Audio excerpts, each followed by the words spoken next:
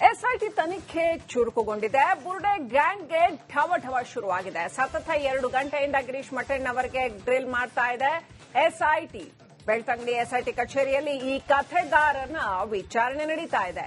ಧರ್ಮಸ್ಥಳ ಷಡ್ಯಂತ್ರದ ಬಗ್ಗೆ ಪ್ರಶ್ನೆಗಳ ಸುರಿಮಳೆಯನ್ನ ಸುರಿಸಿದ್ದಾರೆ ಎಸ್ಐಟಿ ಅಧಿಕಾರಿಗಳು. ಸತತ 2 ಗಂಟೆಯಿಂದ ಗಿರೀಶ್ ಮಠಣ್ಣವರ ವಿಚಾರಣೆ ನಡೀತಾ ಇದೆ. ಯಾರನ್ನು ಬಿಡ್ತಾ ಇಲ್ಲ. ಈ ಸೋಕಾಲ್ಡ್ ಬುರ್ಡೆ ಗ್ಯಾಂಗ್ನ ಪ್ರತಿಯೊಬ್ಬರನ್ನು ಕೂಡ ಎಸ್ಐಟಿ ವಿಚಾರಣೆ ನಡೆಸ್ತಾ ಇದೆ. ಇದರಲ್ಲಿ ಕಥೆ ಯಾರದು, ನಿರ್ದೇಶನ ಯಾರದು, ಚಿತ್ರಕಥೆ ಯಾರದು ಎಲ್ಲವನ್ನೂ ಕೂಡ ಬಯಲಿಗಿಳಿತಾ ಇದೆ ಎಸ್ಐಟಿ.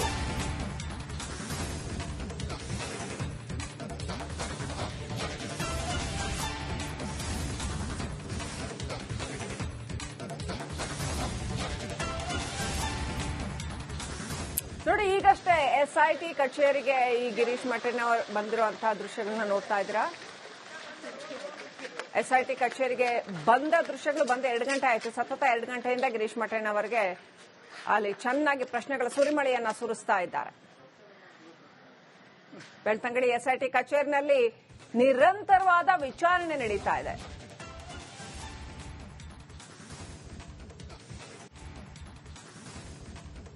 ಎಸ್ಐಟಿಯ ಸಾಲು ಸಾಲು ಪ್ರಶ್ನೆಗಳಿಗೆ ಗಿರೀಶ್ ಮಠಣ್ಣವರ್ ಕಂಗಾಲಾಗಿದ್ದಾರೆ ಅಂತ ಹೇಳಲಾಗ್ತಾ ಇದೆ. ನೋಡಿ, ಮೀಡಿಯಾ ಮುಂದೆ ಕುತ್ಕೊಂಡು ಕತೆ ಹೇಳುವಂಗಲ್ಲ ಇದು.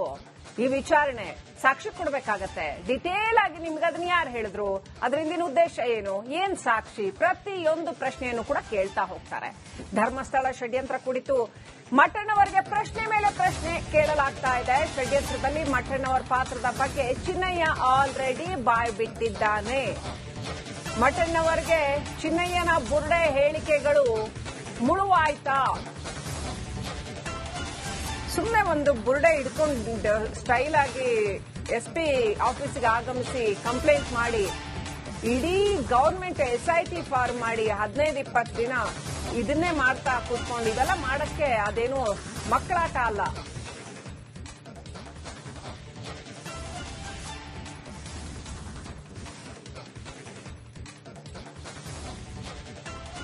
ಇನ್ನಷ್ಟು ಅಪ್ಡೇಟ್ ಪಡ್ಕೊಳ್ಳೋಣ. ನನ್ನ ಸಹೋದ್ಯೋಗಿ ನಾಗೇಂದ್ರ ಬಾಬು ಲೈವ್ ಕನೆಕ್ಟ್ ಆಗಿದ್ದಾರೆ. ನಾಗೇಂದ್ರ ಬಾಬು, ಈ ಹಿಂದೆ ನಾವು ನೋಡೋದಾದ್ರೆ ಸೌಜನ್ಯ ಹೋರಾಟದಲ್ಲಿ ಗಿರೀಶ್ ಮಠಣ್ಣವರ್ ಬಹಳ ದೊಡ್ಡ ಪ್ರಮಾಣದಲ್ಲಿ ತೊಡಗಿಸಿಕೊಂಡಿದ್ರು. ಆನಂತರ ಇದೀಗ ಧರ್ಮಸ್ಥಳ ವಿರುದ್ಧದ ಈ ಷಡ್ಯಂತ್ರದಲ್ಲಿ ಅವರ ಹೆಸರು ಕೇಳಿ ಬಂದಿರತಕ್ಕಂಥದ್ದು ಮೊದಲಿನಿಂದಾನು ಕೂಡ.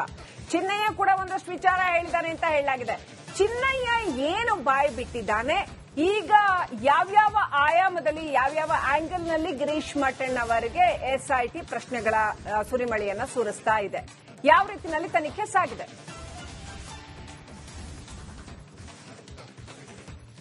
ಶ್ರೀಲಕ್ಷ್ಮಿ, ನೋಡಿ, ಚಿನ್ನಯ್ಯ ಮೊದಲಿಗೆ ಇದ್ದಿದ್ದು ಮಹೇಶ್ ಶೆಟ್ಟಿ ತಿಮ್ಮರೋಡಿ ಮತ್ತು ಗಿರೀಶ್ ಮಠಣ್ಣವರ ತಂಡದ ಜೊತೆಯಲ್ಲಿದ್ದ. ಅವರ ಮನೆಯಲ್ಲೇ ಆತ ವಾಸ್ತವ್ಯವನ್ನ ಕೂಡ ಹೂಡಿದ್ದ. ಆತನಿಗೆ ಉಳಿದುಕೊಳ್ಳೋದಕ್ಕೆ ಅವಕಾಶವನ್ನ ಮಾಡಿಕೊಟ್ಟಿದ್ರು. ಉತ್ಖನನ ನಡೆಯುವಂತ ಸಂದರ್ಭದಲ್ಲಿ ಶ್ರೀಲಕ್ಷ್ಮಿ ಪ್ರತಿನಿತ್ಯ ಕೂಡ ಆತ ಹೋಗಿ ಬರ್ತಾ ಇದ್ದಿದ್ದು ಇದೇ ತಿಮ್ಮರೋಡಿ ಅವರ ನಿವಾಸಕ್ಕೆ. ಆ ತಿಮ್ಮರೋಡಿ ಅವರ ನಿವಾಸದಲ್ಲೇ ಗಿರೀಶ್ ಮಠಣ್ಣವರು ಕೂಡ ಇದ್ರು. ಯಾವಾಗ ಆತನ ಅರೆಸ್ಟ್ ಆಗುತ್ತೋ, ಚಿನ್ನಯ್ಯನ ಅರೆಸ್ಟ್ ಆಗುತ್ತೋ, ಆ ಸಂದರ್ಭದಲ್ಲಿ ಆತನನ್ನ ಕಸ್ಟಡಿಗೆ ಪಡೆದುಕೊಳ್ಳುವಂತ ಎಸ್ಐಟಿ ಆತನನ್ನ ಹೆಚ್ಚಿನ ವಿಚಾರಣೆಗೊಳಪಡಿಸಿದಾಗ ಬರೋಬ್ಬರಿ 30 ಜನರ ಹೆಸರನ್ನ ಆತ ಹೇಳಿದ್ದಾನೆ ಅನ್ನೋ ಮಾಹಿತಿ ರಿಪಬ್ಲಿಕ್ ಕನ್ನಡಕ್ಕೆ ಇದೆ. ಆ 30 ಜನರ ಪೈಕಿ ಗಿರೀಶ್ ಮಠಣ್ಣವರ ಹೆಸರು ಕೂಡ ಇದೆ, ಜಯಂತ್ ಹೆಸರು ಕೂಡ ಇದೆ, ಸೇರಿದಂತೆ ಕೆಲ ಯೂಟ್ಯೂಬರ್ಗಳ ಕೂಡ ಹೆಸರು, ಜೊತೆಗೆ ಸ್ಥಳೀಯರ ಕೂಡ ಹೆಸರುಗಳು ಕೂಡ ಆ 30 ಜನರ ಲಿಸ್ಟ್ ಅಲ್ಲಿ ಇರುವಂತದ್ದು. ಪ್ರತಿಯೊಬ್ಬರನ್ನು ಕೂಡ ಕರೆಸಿ ವಿಚಾರಣೆಗೊಳಪಡಿಸಿರುವಂತಹ ಎಸ್ಐಟಿ ತನಿಖಾ ತಂಡ ಪ್ರಮುಖವಾಗಿ ಈಗ 3 ವಿಚಾರಣೆಗೆ ಒಳಪಡಿಸಿದೆ. ಅದರಲ್ಲೂ ಇವತ್ತು ಎಸ್ಐಟಿ ಮುಖ್ಯಸ್ಥರಾಗಿರುವಂತಹ ಪ್ರಣಬ್ ಮೊಹಂತಿ ಅವರು ಕೂಡ ಆಗಮಿಸಿರುವಂತಹ ಹಿನ್ನೆಲೆಯಲ್ಲಿ ಬಹಳ ಕುತೂಹಲ ಕೇಳಿಸ್ತಾ ಇದೆ ಶ್ರೀಲಕ್ಷ್ಮಿ. ನೋಡಿ, ಒಂದು ಕಡೆ ಜಯಂತ್, ಮತ್ತೊಂದು ಕಡೆ ಅಭಿಷೇಕ್, ಮತ್ತೊಂದು ಕಡೆ ಮಠಣ್ಣವರು ಕೂಡ ಇರುವಂತದ್ದು. ಹಾಗಾಗಿ 3 ಜೊತೆಗೆ ಚಿನ್ನಯ್ಯನ ಕೂಡ ವಿಚಾರಣೆ ನಡೀತಾ ಇರುವಂತಹ ಹಿನ್ನೆಲೆಯಲ್ಲಿ ಏನೋ ಸಮಥಿಂಗ್ ಏನೋ ಕುತೂಹಲಕ್ಕೆ ಕಾರಣವಾಗ್ತಾ ಇದೆ, ಏನೋ ಆಗಬಹುದು ಅನ್ನುವ ಕಾರಣ.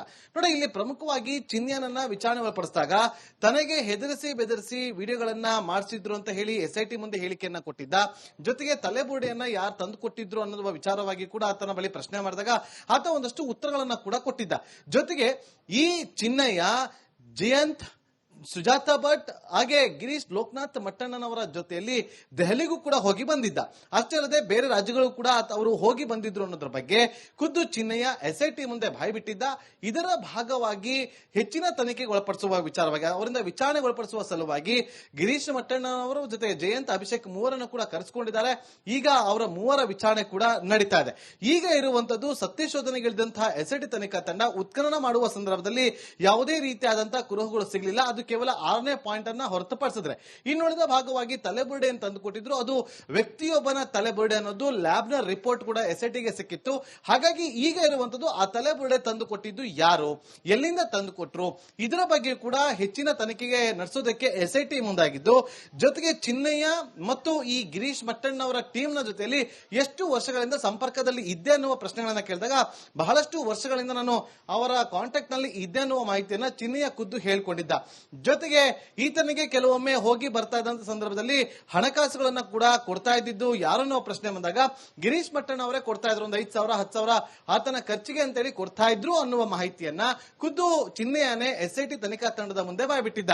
ಹಾಗಾಗಿ ಈ ಒಂದು ವಿಚಾರ ಇದೆಯಲ್ಲ, ಇದು ಕೇವಲ 2-3 ತಿಂಗಳಿಂದ ನಡೆದಿರುವಂತಹ ವಿಚಾರ. ಯಾಕಂದ್ರೆ ಇವರು ದೆಹಲಿಗೆ ಹೋಗಿ ಬಂದಿದ್ರು, ಅಲ್ಲಿ ಲಾರ್ಗಳನ್ನ ಭೇಟಿ ಮಾಡೋದಕ್ಕೆ ಹೋಗಿದ್ವಿ ಅಂತ ಅವರು ಹೇಳ್ಕೊಂಡು ಬಂದಿದ್ರು. ಆದ್ರೆ ಅದಕ್ಕಿಂತ ಮುಂಚಿತವಾಗಿಯೂ ಕೂಡ ಇವರು ಸಾಕಷ್ಟು ಬಾರಿ ಸಭೆಗಳನ್ನು ನಡೆಸಿದ್ದಾರೆ. ಈ ಸಭೆಗಳು ಎಲ್ಲೆಲ್ಲಿ ನಡೆಸಿದ್ರು ಅನ್ನೋದ್ರ ಬಗ್ಗೆ ಕೂಡ ಚಿನ್ನಯ್ಯ ಎಸ್ಐಟಿ ಮುಂದೆ ಬಾಯ್ಬಿಟ್ಟಿದ್ದಾನೆ.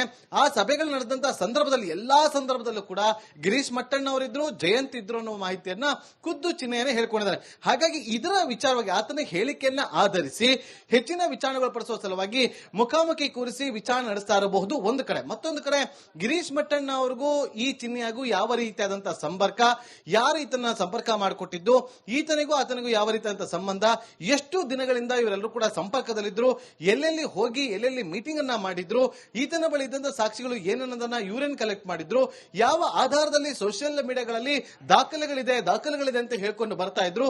ನಿಮ್ಮ ಹತ್ರ ದಾಖಲೆಗಳಿದ್ಯಾ, ನೀವು ಮಾಡಿರುವಂತಹ ಆರೋಪಕ್ಕೆ ಸಂಬಂಧಪಟ್ಟಂತೆ ದಾಖಲೆಗಳನ್ನ ಕೊಡಬಹುದಾ, ಈ ತರದ ವಿಚಾರಣೆಗಳನ್ನ ಮಾಡೋದಕ್ಕೆ ಎಸ್ಐಟಿ ತನಿಖಾ ತಂಡ ಕೂಡ ಮುಂದಾಗಿರುವಂತದ್ದು.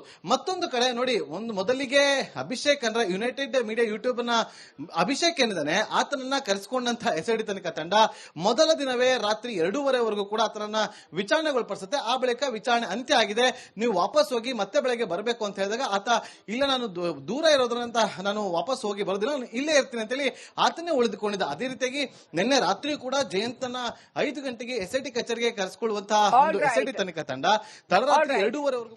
ಆಲ್ರೈಟ್, ದಯವಿಟ್ಟಾಗಿ ಸಂಪರ್ಕದಲ್ಲಿರಿ ನಾಗೇಂದ್ರ ಬಾಬು. ಇನ್ನಷ್ಟು ಬ್ರೇಕಿಂಗ್ ಅಪ್ಡೇಟ್ ಬರ್ತಾ ಇದೆ ಈ ವಿಚಾರಕ್ಕೆ ಸಂಬಂಧಪಟ್ಟ. ಮತ್ತೊಂದು ಕಡೆ ನೋಡಿ, ಒಂದು ಮೊದಲಿಗೆ ಅಭಿಷೇಕ್ ಅಂದ್ರೆ ಯುನೈಟೆಡ್ ಮೀಡಿಯಾ ಯೂಟ್ಯೂಬ್ ನ ಅಭಿಷೇಕ್ ಏನಿದ್ದಾನೆ ಆತನನ್ನ ಕರೆಸಿಕೊಂಡಂತಹ ಎಸ್ಐಟಿ ತನಿಖಾ ತಂಡ ಮೊದಲ ದಿನವೇ ರಾತ್ರಿ 2:30ವರೆಗೂ ಕೂಡ ಆತನನ್ನ ವಿಚಾರಣೆಗೊಳಪಡಿಸುತ್ತೆ. ಆ ಬಳಿಕ ವಿಚಾರಣೆ ಅಂತ್ಯ ಆಗಿದೆ, ನೀವು ವಾಪಸ್ ಹೋಗಿ ಮತ್ತೆ ಬೆಳಗ್ಗೆ ಬರಬೇಕು ಅಂತ ಹೇಳಿದಾಗ ಆತ ಇಲ್ಲ, ನಾನು ದೂರ ಇರೋದ್ರಂತ ನಾನು ವಾಪಸ್ ಹೋಗಿ ಬರೋದಿಲ್ಲ, ನಾನು ಇಲ್ಲೇ ಇರ್ತೀನಿ ಅಂತೇಳಿ ಆತನೇ ಉಳಿದುಕೊಂಡಿದ್ದ. ಅದೇ ರೀತಿಯಾಗಿ ನಿನ್ನೆ ರಾತ್ರಿ ಕೂಡ ಜಯಂತನ 5 ಗಂಟೆಗೆ ಎಸ್ಐಟಿ ಕಚೇರಿಗೆ ಕರೆಸಿಕೊಳ್ಳುವಂತಹ ಒಂದು ಎಸ್ಐಟಿ ತನಿಖಾ ತಂಡ ತಡರಾತ್ರಿ 2:30ವರೆಗೂ. ಆಲ್ರೈಟ್, ದಯವಿಟ್ಟಾಗಿ ಸಂಪರ್ಕದಲ್ಲಿರಿ ನಾಗೇಂದ್ರ ಬಾಬು. ಇನ್ನಷ್ಟು ಬ್ರೇಕಿಂಗ್ ಅಪ್ಡೇಟ್ ಬರ್ತಾ ಇದೆ ಈ ವಿಚಾರಕ್ಕೆ ಸಂಬಂಧಪಟ್ಟ.